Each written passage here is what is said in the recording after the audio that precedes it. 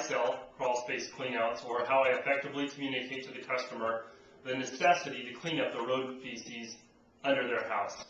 Number one, before I leave the house, I make sure I have the right equipment.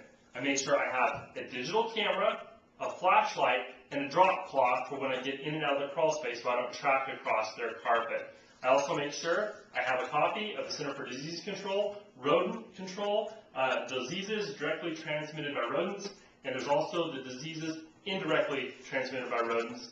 And I make sure I have them both when I go out because I'm going to show them to the customer. So before you leave, make sure you have the right equipment. Second, when they get to the house, I do a thorough inspection. I don't really give any information, I just listen and listen. I listen to the customer story, and I go down to the crawl space for about 10-15 minutes. I take a lot of pictures when I'm down there, especially if anything that's bad. If there's a real bad area of the crawl space, I'll take 15 pictures of it.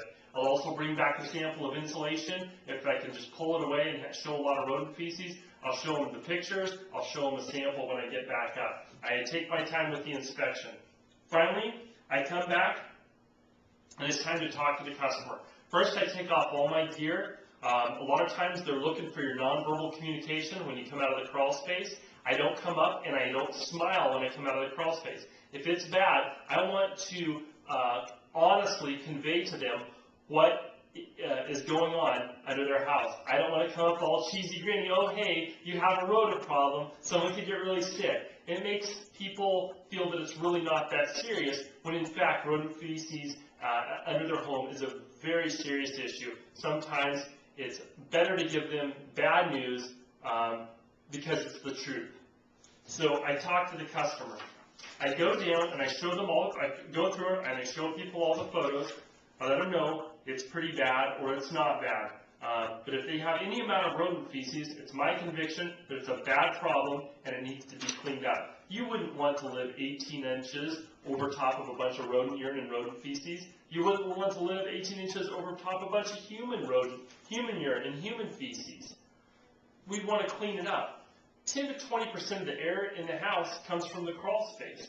You don't want to breathe that air. You're eventually going to get sick. And it's not me, it's the Center for Disease Control. They can go through and they can look, and I would encourage you to learn how to pronounce a couple of these. Pulmonary, lymphnocystic choriomeningitis, bubonic plague, salmonellosis. These are all diseases you can read right here on the Center for Disease Control sheet. And when people hear these, they kind of get freaked out because they should be. They could get sick from these. And you can tell people, you're not a doctor, it's just with the Center for Disease Control. Then I usually sit down with them and I go through the service recommendations. Don't use the other invoice. This is much more itemized. I go through and I check off what needs to be done. I try not to do any reinstallation of ventilation just because it takes too much of my time. But I go through and I check down everything and I give them an approximate price. You know, this is going to be about $3,000. And if they're ready to go, once I tell them what I think needs to be done, if they're ready to go, I get half the money down and I start right on the spot. If you do give your whole pitch, when you're done giving your pitch, stop talking. The biggest mistake I see a lot of people do is they just don't shut up when they're out there. Once you've given them your pitch, once you've told them the facts, let them make the decision. Just shut up and sit there. They ask a question, answer the question, and then shut up. Just sit there. Eventually, they're either going to decide they want to do it or they don't. Don't sit there and talk them out of it. Let them make the decision. And if they want to do it, get half of the payment up front in a check and start it right there on the spot. Even if you go back down to the crawl space for 20 or 30 minutes, get it going. You don't want them to go get 10 other quotes and have some company offer half the price and then do inferior work. We know that we'll clean it up right, and so we want their business. A lot of times, if they object to the full amount, I'll come up with another solution. Well, if you don't want to do that, maybe we can do a partial clean out. Maybe we can do just a portion of this.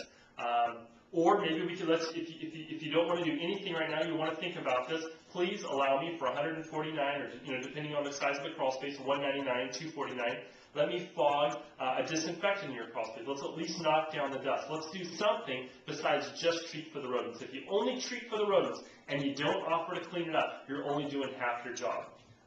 No matter what they decide, I let them pick and choose. If you want to do this service and not that service, no problem. We're here to serve you. I have them sign to make sure we have written record that we told them and advised them of all the potential dangers of the road feces and road urine under their house. It takes all the liability off of our company. Now we can say, you've been told, we have it in writing. And this is also a very effective sales method. When they realize that it's so serious, they need to sign a waiver before we can leave. It helps them understand the seriousness of the road feces and road urine under the house. Anyways, that's how I sell them. I sell them about 50% of the time. I go out to a job with rodents that has a crawl space. We have other people that sell them a different method. This is just how I do it, and I hope you find a way that works for you too.